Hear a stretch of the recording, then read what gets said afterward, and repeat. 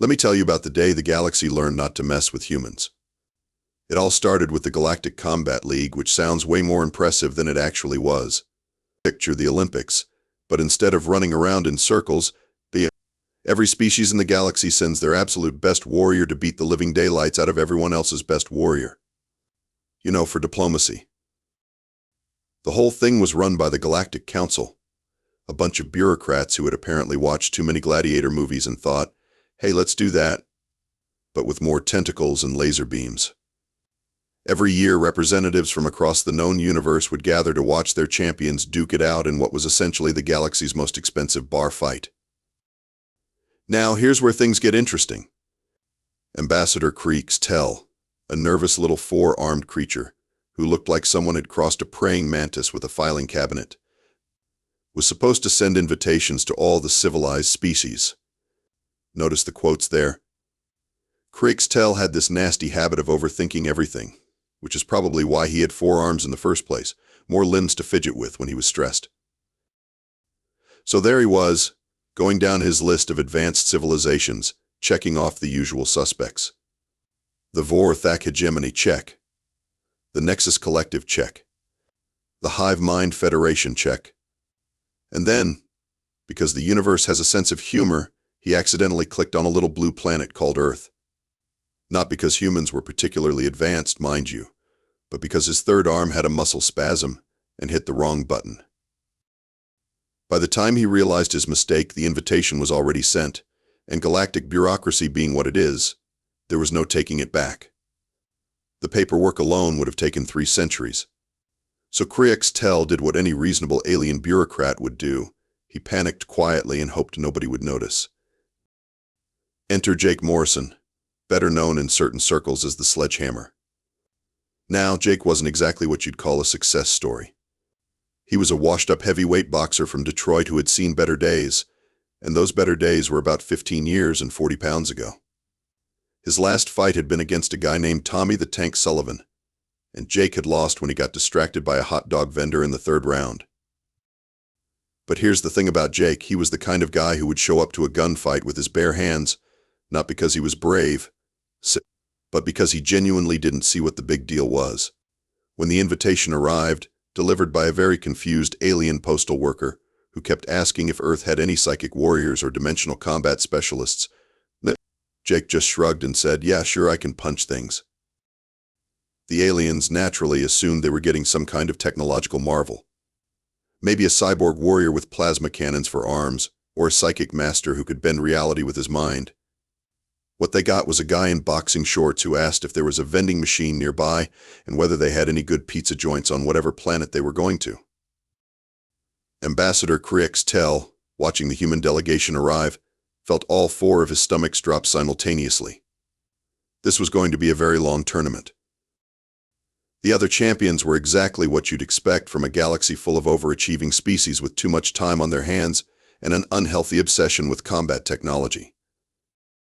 First up was Vorthak the Destroyer. And let me tell you, this guy took himself way too seriously. Picture a walking diamond the size of a refrigerator, covered in crystalline spikes that could apparently shoot laser beams. He had 17 different titles, including Bringer of Stellar Doom and the Crystalline Nightmare, which honestly sounded like rejected heavy metal band names. Vorthak spent most of his time posing dramatically and making these deep, resonant declarations about shattering the very fabric of reality. The guy couldn't order lunch without making it sound like an ancient prophecy. Then there was Nexus Prime, who was basically what happened when someone watched too many robot movies and had access to advanced alien technology. This walking weapons platform had 17 different combat systems, including something called a quantum disruptor, and temporal displacement cannons. He looked like someone had strapped a computer to a tank and taught it to walk upright. Every time he moved, there were these elaborate mechanical sounds, whirs and clicks and beeps that probably meant something important, but mostly just sounded like a really expensive coffee machine having a breakdown. The Hive Mind Collective sent what they called their Combat Synthesis Unit, which was basically a bug-like creature that claimed to think with 1,000 brains simultaneously. This thing was constantly muttering to itself in about 40 different languages, apparently running complex battle calculations in real time. It had these creepy compound eyes that tracked everything at once and mandibles that clicked whenever it processed new information. The other aliens found it impressive. Jake thought it looked like something that belonged in an exterminator's worst nightmare. Each champion had their own elaborate entrance routine, complete with holographic displays showing their greatest victories, with dramatic music that sounded like someone was torturing a space whale, and introductions that went on longer than most movies. The arena announcers had to learn how to pronounce names like Zexneth the Soul Render and Kragmoth, Devourer of Worlds. Meanwhile, Jake's introduction was going to be, from Detroit, Michigan, Jake Morrison. He likes cheeseburgers. When Jake finally showed up to the pre-tournament meet and greet, wearing boxing shorts, a tank top, and hand wraps that had seen better days, the silence was deafening. Here were all these technological marvels and psychic powerhouses, and Earth had sent what appeared to be a slightly overweight guy who looked like he'd rather be watching TV. "Excuse me," Jake said, looking around at the assembled champions, "but is there a vending machine around here? I'm kind of hungry." Vorthak, the destroyer's crystalline face, somehow managed to convey confusion. "You dare speak of sustenance in the presence of the Galactic Combat League's finest warriors?" "Yeah, about that," Jake replied, unwrapping a piece of gum. "When do we actually start fighting?" "Because I've got a thing tomorrow morning, and I'd like to get this wrapped up." The condescension was immediate and universal. Nexus Prime's mechanical voice boomed, "Primitive biological unit, you clearly do not comprehend the magnitude of combat excellence you are about to witness." Jake just nodded politely and went looking for that vending machine. The aliens watched him go, already planning their victory speeches. The galactic media had a field day with Earth's champion. The interviews were absolutely brutal, and by brutal, I mean hilariously one-sided. Picture alien reporters with way too many eyes and not enough sense asking Jake about his combat techniques and weapon systems. "So, Mr. Morrison," chittered a reporter who looked like a cross between a lobster and a news anchor, "what advanced technologies will you be utilizing in combat?" Jake, who was in the middle of unwrapping a sandwich, paused mid-bite. "Well, I've got these two hands and I'm pretty good at hitting things with them." "But surely you must have some form of energy projection or dimensional manipulation capabilities." "Nope, just the hands." The reporter's antennae twitched nervously. "What about psychic abilities? Telepathic combat techniques?" "I can usually tell when someone's about to throw a punch, if that counts." Meanwhile, the betting odds were getting ridiculous. The galactic bookmakers had Jake at 50,000 to 1 against winning the whole tournament. Some of the more pessimistic analysts were suggesting that the human might not survive the first round. The popular opinion was that Earth had either sent the wrong guy or had completely misunderstood what the tournament was about. Jake's training routine became a source of universal mockery. While the other champions were running complex battle simulations and practicing with holographic opponents, Jake was doing jumping rope and hitting a heavy bag. The alien commentators couldn't figure out what possible combat application these primitive exercises could have. "As you can see," explained one particularly snooty analyst, "the human appears to be engaging in repetitive striking motions against an inanimate object. This is presumably some form of ritualistic preparation, though its combat effectiveness remains questionable." Jake, overhearing this, just shrugged. "Yeah, it's called training. You hit things so you get better at hitting things. It's not rocket science." Then came the announcement everyone had been waiting for. Jake's first opponent would be Zargoth the Undefeated, the reigning champion who hadn't lost a fight in 500 years. Zargoth was a massive tentacled creature from the nightmare dimension, which was apparently a real place and not just something from a bad horror movie. He had these glowing red eyes, tentacles that could extend to ridiculous lengths, and a voice that sounded like gargling gravel. The announcement sent shock waves through the galactic community. This wasn't just throwing the human to the wolves, this was throwing him to the wolves while the wolves were on fire and had laser vision. Jake's response to facing the most feared warrior in the galaxy was to order a cheeseburger and take a nap. When Ambassador Kriextel frantically asked if he needed any special preparation time or equipment, Jake just yawned and said, "Nah, I'm good. Wake me up when it's time to fight." The aliens were starting to wonder if humans were either incredibly brave or incredibly stupid. The smart money was on stupid. The arena was something to behold. I'll give them that.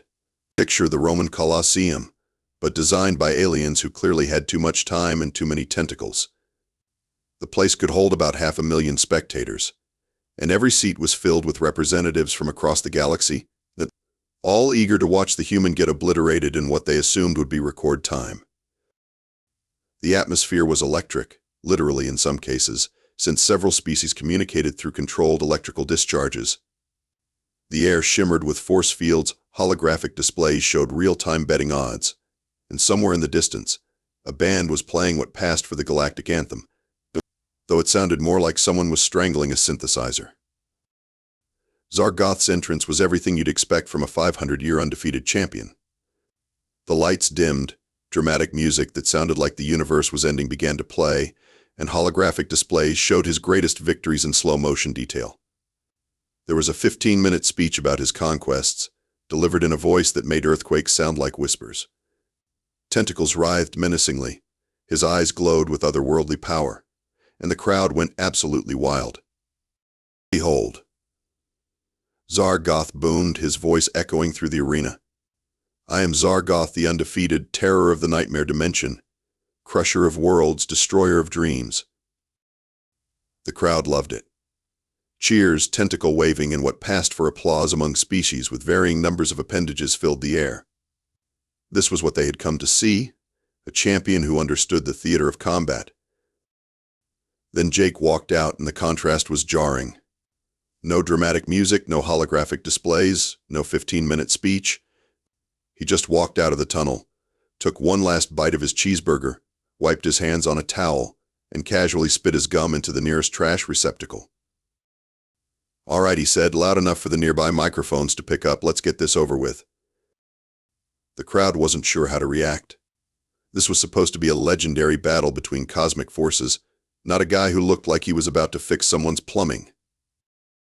The referee, a floating geometric shape that communicated through color changes, somehow managed to explain the rules. No weapons, no outside assistance. Fight until one combatant was unable to continue. Standard stuff, really, except for the part about dimensional phasing and energy projection being perfectly legal. Zargoth immediately went into what could only be described as full show-off mode. Energy shields flickered around him like soap bubbles made of lightning. His tentacles extended to 3 times their normal length, and he began firing plasma blasts that lit up the arena like the universe's most dangerous fireworks show. Jake did what Jake did best. He kept moving forward. Not gracefully, not with any particular style, just with the kind of stubborn determination that you get from growing up in Detroit. He dodged plasma blasts like he was avoiding puddles on the sidewalk, ducked under tentacle swipes with the casual ease of someone who had been in a lot of bar fights, and generally looked like he was bored. The crowd couldn't believe what they were seeing. This primitive human was not only surviving Zargoth's assault, he was making it look easy. Well, not easy exactly, but certainly not like the epic struggle between good and evil that everyone had been expecting. How is this possible? Screamed one commentator, his voice cracking with disbelief. The human has no energy shields, no advanced combat systems, no psychic abilities. Maybe, suggested his co-commentator, he's using some form of technology we don't understand? Jake, meanwhile, was just doing what came naturally, paying attention, staying calm, and waiting for his moment. Because if there was one thing he had learned from years of getting punched in the face for money, it was that everyone, no matter how tough they looked, eventually made a mistake. Zargoth was getting frustrated, which was understandable. Here he was unleashing 500 years of accumulated combat techniques, and this human was just walking through it all like it was a mild inconvenience. The crowd was starting to murmur, which was never a good sign for a champion who was supposed to be invincible. Stand still and accept your doom. Zargoth roared, firing a barrage of plasma blasts that would have vaporized a small moon. Jake stepped to the left, then to the right, then ducked under a tentacle that whooshed over his head with enough force to level a building. You know, he said, almost conversationally, you telegraph your moves from about 3 solar systems away. It did it. Zargoth's ego, already bruised from failing to immediately crush this primitive human, snapped completely.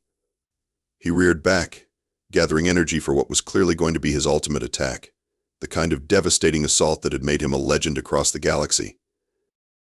And that's when he made his mistake. For just a split second, as he was powering up his ultimate technique, Zargoth's guard dropped. His tentacles pulled back, his energy shields flickered, and his glowing red eyes focused entirely on the devastating attack he was about to unleash. Jake saw it immediately. Not because he had superhuman reflexes or psychic powers, but because he had spent 20 years learning to read opponents in the ring. He stepped forward, twisted his hips, and threw a perfect right cross, the kind of textbook punch that boxing coaches dream about. No fancy technology, no energy weapons, no dimensional manipulation. Just good old-fashioned human biomechanics, legs, hips, shoulders, and fist working together in perfect harmony to deliver maximum force at precisely the right moment. The punch connected with Zargoth's center of mass with a sound like a thunderclap. The undefeated champion, terror of the nightmare dimension, crusher of worlds, went down like a sack of alien potatoes. The arena fell silent. Not the kind of dramatic silence you get in movies, but the real kind of silence that happens when several 100,000 beings suddenly realize that everything they thought they knew about the universe might be wrong. Zargoth lay motionless on the arena floor, his tentacles twitching occasionally but otherwise completely unconscious. Jake stood over him, shaking his hand slightly because hitting something that hard always stung a little, and casually walked back to his corner. The silence stretched on for what felt like hours but was probably only a few seconds. Then slowly the arena erupted in chaos. Not cheers, not boos, but the kind of confused pandemonium that happens when an entire civilization has to suddenly reconsider its basic assumptions about reality. The commentators were having complete mental breakdowns. This is impossible. One of them shrieked. The human has no advanced combat systems, no energy projection capabilities, no psychic abilities. He just hit him, his co-commentator replied, his voice cracking with disbelief. He just walked up and hit him. Jake, meanwhile, was sitting on a stool in his corner, accepting a towel from a very confused alien trainer who had no idea what had just happened. The post-fight interview was legendary, though not for the reasons anyone expected. Jake sat in what passed for a press conference, surrounded by reporters from across the galaxy who were all trying to understand how a primitive human had just defeated the most feared warrior in known space. Mr. Morrison asked a reporter whose species apparently communicated through color-changing skin patterns, "Can you explain your victory strategy?"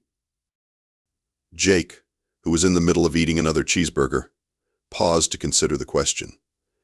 "Well, I watched him fight for about 3 minutes, and I noticed he always drops his guard when he's about to do something fancy.